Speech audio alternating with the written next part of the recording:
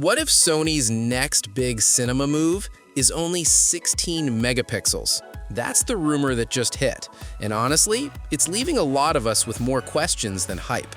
A brand new 16 megapixel full-frame sensor prototype has reportedly been spotted, and insiders are hinting it could power the Sony FX3 Mark II or the long-awaited A7S IV. On paper, it sounds insanely fast. In reality, it might also be surprisingly limited.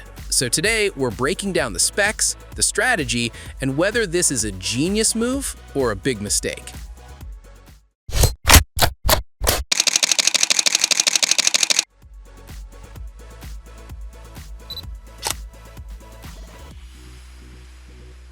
Let's start with what makes this sensor exciting. It's rumored to be partially stacked with a blistering 240 frames per second readout. That's double what we see in some current Sony bodies.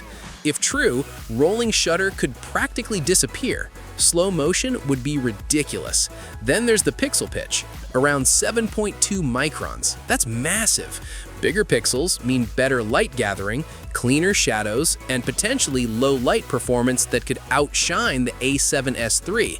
Add full pixel PDAF coverage, high-speed autofocus at 120 frames per second, and DCG HDR for improved dynamic range, and this starts sounding like a low-light monster. So what's the problem? It's 16 megapixels. 16 megapixels on a full-frame sensor caps you at roughly 5K. That means oversampled 4K is likely the ceiling. And in 2026, that's where the debate begins. While Sony might double down on speed and sensitivity, competitors are pushing 6K open gate, 8K internal RAW, and maximum flexibility for vertical and horizontal delivery. Content creators today need room to crop, reframe, and repurpose footage across platforms. Here's where the debate gets juicy. Is 4K at 240 frames per second enough to justify missing out on 6K open gate? For some shooters, absolutely. For others, that flexibility is everything. Specs are one thing, workflow freedom, that's another. If this sensor lands in the FX3 Mark II, we're likely looking at a camera focused entirely on speed and low-light dominance. That would be consistent with the S-series philosophy. But Sony has a pattern lately. Incremental updates, conservative feature gating, avoiding open gate, locking advanced modes to specific tiers. Meanwhile, other brands are listening to creators asking for 6K open gate and internal RAW flexibility. You know what's funny? Sony leads the sensor market. They build the tech powering competitors. And yet, sometimes it feels like they hold back their own potential. That's the tension here. The FX3 Mark II and possibly the A7R IV are expected in the first half of 2026. The A7S IV may not arrive until late 2027 or even early 2027. That's a long wait for a resolution downgrade on paper.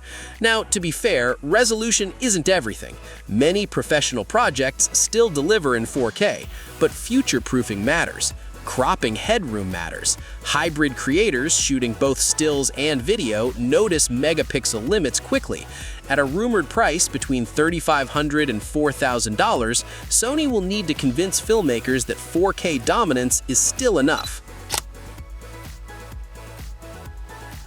So let's think about the target user. Run-and-gun shooters in low light, event filmmakers, documentary crews, anyone who prioritizes reliability, rolling shutter performance, and clean ISO over headline resolution numbers. To that group, this sensor could be a dream. But if you're a hybrid shooter who wants flexibility for social media crops, cinematic open gate workflows, or future-proof masters, the limitations might feel restrictive. It's almost like Sony is asking you to choose a lane. So what do we know?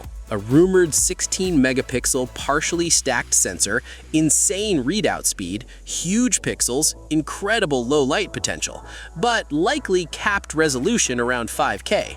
This could reclaim Sony's crown for speed and sensitivity, or it could make them look conservative in a market racing toward higher resolution flexibility. Here's the real question. In 2026, is ultimate low light and 4K 240 frames per second enough, or do you expect 6K open gate as standard? Drop your thoughts in the comments.